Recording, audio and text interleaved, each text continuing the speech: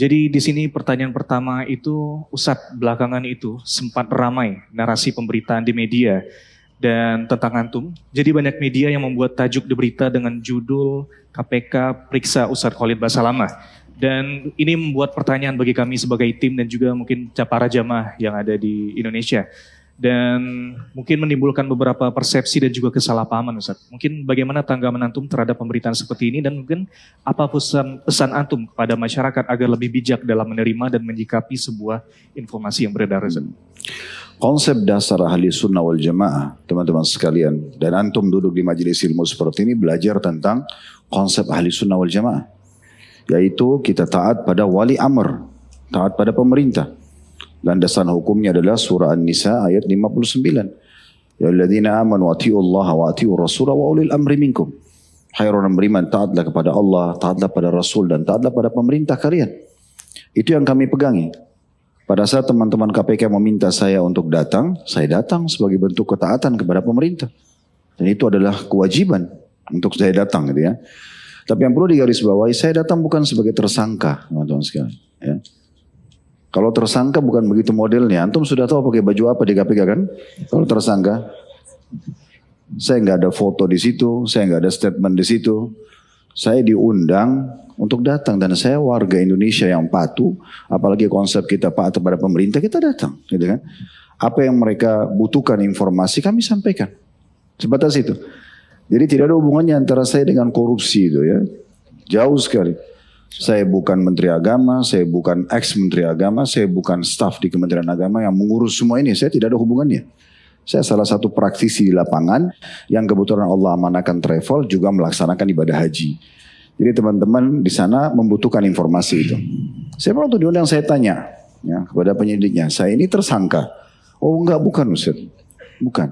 Kami hanya datang untuk Ustaz diundang untuk kita tanya-tanya. Ya, mungkin ada yang butuh disampaikan persaksian atau apa yang diketahui tentang masalah haji dan kuotanya. Oke, kami dukung apapun itu sifatnya, kan gitu. Sebagai warga negara yang baik, kita harus dukung program-program pemerintah, kan gitu. Kita dukung apapun sifatnya, apa yang bisa saya bantu silakan saya sampaikan. Makanya kan statement yang benar itu adalah memang kami membantu para penyelidik itu untuk menyampaikan. Dan bukan cuma saya, banyak orang yang diundang gitu ya. Cuma mungkin Allahu alam kenapa nama Khalid Basalamah ini kalau sudah naik di media luar biasa seperti gula dan madu gitu ya. Nah, terjual sekali gitu. Sudah ada yang buat karikatur seperti saya sudah diborgol, ada yang ini dan itu. Ya ini kebodohan gitu ya. Sebenarnya tidak seperti itu. Satu sisi juga teman-teman sekalian, kita ini satu negara, satu bangsa. Kita ini kayak bersaudara ya. Sehatnya satu rumah tangga itu di saat orang tua berhasil membina anak-anaknya, saudara dengan saudaranya saling sayang dan menghormati. Kan harusnya begitu. Kita kan harus saling menyayangi sama-sama warga negara gitu ya. Itu bentuknya adalah kalau ada program-program yang baik, teman kita, saudara kita sebangsa negara, terlepas daripada seagama, sebangsa aja gitu kan. Karena kita memang Bhinneka Tunggal Ika. Oke, apapun yang positif kita dukung. Kalau ada sesuatu yang salah kita ingatkan dan kita luruskan. Saya yakin KPK dibentuk memang untuk tujuan yang baik untuk negara kita. Kita berikan dukungan, ya kan? Kalau ada informasi yang butuh kita ditanyakan, sampaikan, gitu ya. Saya tidak, alhamdulillah, waktu diundang tidak menolak. Karena apa yang mesti dikhawatirkan? Tidak ada kesalahan, gitu ya. Saya tidak berbuat apa-apa, gitu. Kecuali saya memang terlibat di pemerintahan, kemudian memang pernah ya ada tanda tangan palsu atau apa, Allahu alam. Tapi ini alhamdulillah tidak pernah. Saya di kantor sendiri, di usaha sendiri, ya semua itu juga bergerak alhamdulillah dengan rezeki yang halal, tidak ada sesuatu yang dikhawatirkan. Jadi saya mengajak teman-teman sekalian, kita ini lebih dewasa dalam menanggapi masalah ini. Dan saya sekaligus juga mengingatkan teman-teman di media, kita lebih baik profesional. Ya. Jangan hanya yang penting tanda kutip terjual beritanya, sehingga mengangkat judul-judul yang menggelitik supaya orang mau baca. Akhirnya banyak yang nonton, ini gak benar. Itu gak profesional namanya. Harusnya tulis yang benar apa adanya gitu ya. Supaya nanti informasi yang sampai ke masyarakat itu bentuknya edukasi dan informasi yang benar. Nah itu yang benar. Kalau hanya provokatif untuk apa gitu kan. Supaya sesama warga negara saling menyerang. Ini rapuh sekali kalau ada orang dari negara lain mau masuk ke negara kita. Kondisi begini ini rapuh sekali. Karena mudah sekali kita provokator, provokasikan satu sama yang lain ya.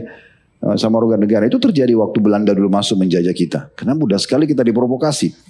Kita harusnya kokoh, kita kuat dalam masalah seperti ini. Jadi ingat, setiap ada informasi teman-teman sekalian sampai, Allah sudah sebutkan dalam surah Al-Hujurat. Ya alladzina amanu in ja'akum fasiqun binaba'in fatabayyanu an tusibu qauman bijahalatin fatusbihu ala ma fa'altum nadimin. Hai orang beriman, kalau datang informasi simpang siur, belum kalian tahu kejelasannya, apalagi dari seorang yang fasik, nggak jelas gitu ya, maka jangan buru-buru diterima, jangan buru-buru disebarkan. Itu perkataan Ibnu Katsir 700 tahun yang lalu, pada saat menafsirkan surah Al-Hujurat ayat 6. Lalu Allah mengatakan, agar jangan sampai kalian menimpahkan satu musibah kepada satu kaum yang membuat kalian dan mereka juga menyesal. Kan gitu. Jadi teman-teman tidak usah terlalu mudah terpengaruh dengan media. Saya udah kenyang hadapin begini sebenarnya. Ya. Ada sedikit masalah apa, pokoknya kalau sudah hadit bahasa lama cuat, langsung jadi masalah. Ada banyak ikhwan, Ustaz, kenapa Ustaz tidak klarifikasi? Apa yang mau diklarifikasi? Untuk apa habis-habisin waktu dan umur untuk itu gitu? Untuk kita tidak melanggar gitu kan? Kita tidak melanggar untuk apa? Tidak ada sesuatu yang dikhawatirkan. Ya seperti itu. Allahuakbar. Oke, Masya Allah. Semoga Allah menjaga antum dan juga kita semua dari fitnah. Insya Allah.